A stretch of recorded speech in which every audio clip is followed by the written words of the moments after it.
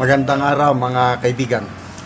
Pag-usapan natin ngayon, bigyan ng reaction opinion itong post ni Sas Rogando Sasot. Open letter ito sa mga political forces na gustong-gusto siyang mawala sa social media, gusto siyang patahimikin. Dalawang beses na siyang nireport na patay sa Facebook.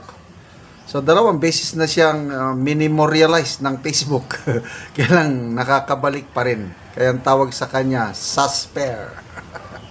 Multo. Sabi niya, "Dear, whoever you are,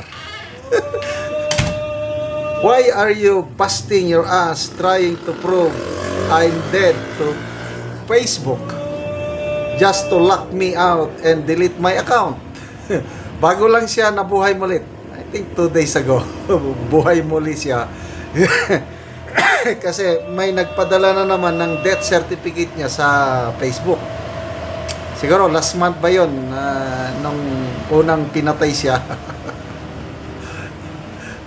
Delete my account. Seriously, am I that big a deal in the grand scheme of things?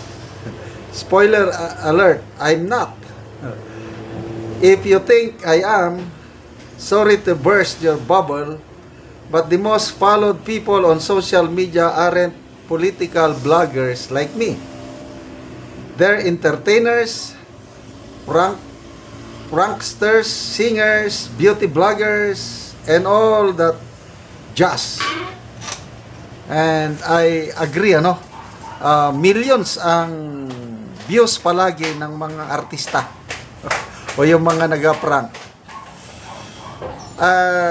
Itong sinasas at iba pang kasama niyang political bloggers, marami-rami rin silang views. Kaya lang hindi mo maikumpara yung mga million views ng mga artista. Okay, the viral videos thrashing BBM, not made by DDS bloggers. The ones mocking ayuda handouts, also not DDS bloggers. Most of the stuff roasting politicians that's blowing up online comes from non-political folks. Run a survey across the Philippines asking if people read me. I'd be shocked if you scrape together 0.1% who do. Political bloggers are the least followed accounts out there. Most Filipinos just aren't into political rants. And I agree. May mga mahilig sa politiko, kaya lang percentage-wise, maliit ang karamihang pinapanood nila yung entertainment. Mga kamag-anak ko nga, mga close friends and relatives, alam nilang vlogger ako, kaya lang hindi sila masyadong nanonood dahil hindi nga sila mahilig sa politika. Ang wife ko, ang pinapanood niya yung tungkol sa travel, tungkol sa yung buhay wife, yung trabaho ng mga misis. Agree ako dito kay Sas Sasot. So, if Filipinos aren't vibing with you, it's not because of political bloggers. Definitely not because of me. I'll change my tune if you've got a survey proving I'm really that influential in shaping the minds of most Filipinos. Good luck with that. If people don't believe you, don't like you, don't vote for you, don't read you, maybe it's a you problem. Not a me problem. So, hindi si Sas ang problema, kundi yung tao, yung politiko, na gustong patigilin si Sas Sasot. Dapat, yung politiko na yon ay gagawa siya ng maganda para sundan siya ng taong bayan. Kung masamang ginagawa niya, talagang walang maniniwala sa kanya. So, why are you working so hard to get me off Facebook? Is it easier to blame me than to face the real issue staring back at you in the mirror? Or are you just dodging the hard work of fixing yourself and projecting your shortcomings unto me instead. So, sa mga politiko na gustong patigilin si Sas Sasot, palagay ko hindi nyo kaya. Pare siyang pusa na ilan bang buhay ng pusa, di ba? Siyam. So, dalawa na ang nawalang buhay ni Sas, may 7 pa siya. Kahit ulit-ulitin yung i-report siyang patay, mabubuhay at mabubuhay muli. At isa na ako sa mga sumusunod kay Sas Sasot dahil very insightful yung mga post niya. Malalim mag-isip. Pag mag-analyze talagang very strategic yung kanyang mga analysis, kaya sinusundan ko siya. So, good luck sa mga political forces. And matawag ba natin sila na Unipink? Kasi si Sas, klarong Duterte, DDS siya. So, sinusulong niya ang advocacy ng mga Duterte. So, yung gustong patigilin siya, yung mga kalaban ng mga Duterte. Sinong kalaban ng mga Duterte? Di yung Unipink. So, good luck. Kung ilang beses nyo siyang report na patay at mabubuhay muli, magbasa tayo sa mga comments. Optic Politics, sabi niya, agree. Lorena Lopez, pambasag trip nila daw kasi yung mga comment post mo, people learn from you. Agree.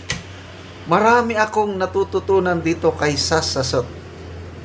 Saluduhan natin yung Sas Sasot, Sasper na yan. Nabubuksan mo yung critical thinking ng mga reader. Your intelligent yet funny way of writing attracts readers to read you. Your style keeps us interested in your blog. Hindi mabigat at hindi boring, pero napakalalim na kahit yung mga kalaban and non-followers ay nagkakaroon ng interest at bigyan attention. And because your blog expose the real truth, the real fear, your readers and followers are organic, na kahit di kasing dami ng iba, alam nilang totoong mga tao. Grabe. Salamat, Miss Florena Lopez. Agree ako sa iyo. Mga kaibigan, salamat sa inyong pagsubaybay sa ating channel. Nakakatulong kayo ng malaki sa Tribong Talandig ng Bukidnon. Dahil ang income sa channel na ito is pantulong sa Tribong Talandig. Namimigay tayo ngayon ng livelihood assistance, nagpapatanim ng saging lakatan at Arabica coffee. Kung may itinanim, may aanihin. Panoorin nyo ang video na ito saan nag-order na naman kami ng additional coffee seedlings kung saan 24 Talandig farmers na ang nabiyayaan ng libreng seedlings ng Arabica coffee. Abot na gyud ang seedling nga among gipalit nga 3,420 ka seedling. So mo ni ang itanom sa 4 ka tao. So kami ang nauna nga nagtanom, 21 may ka pamilya ang nagtanom sa una. So karon naa na pod nadugang nga 4 ka tao nga mananom og kape. So 25 na ka pamilya ang makatanom og kape. So mag-abot na ni og 15,000 ang among natanom nga kape. So daghan na gid kaayo og mga maayo pod nga sidling, mga tambok kaayo ang itsura sa kape.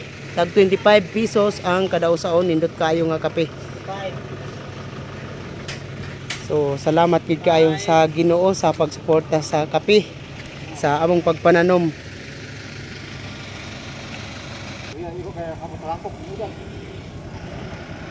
O karon mo na po ni ang i-deliver sa uban na po nga mananom.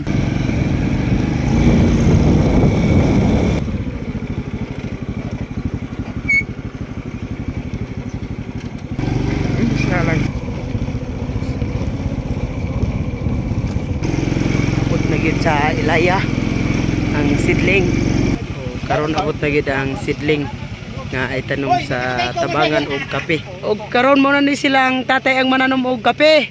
Salamat kay gihatagan ni Salamat sa nag-sponsor. Sa nag-sponsor si Sir Tanas. Ay, kagi po niya sukon. Yan ito. Una ni sila ang mananom o kape. O karon mo na ni ang bayad sa kape, sidling. So salamat kayo sir, dayon salamat sa inyong tanan ang Ginoo magpanalangin sa atong mga tanom. Kung manginawat kung mudaghan kita tong kape diri. So salamat kayo ning bayad. Salamat kaayo pod.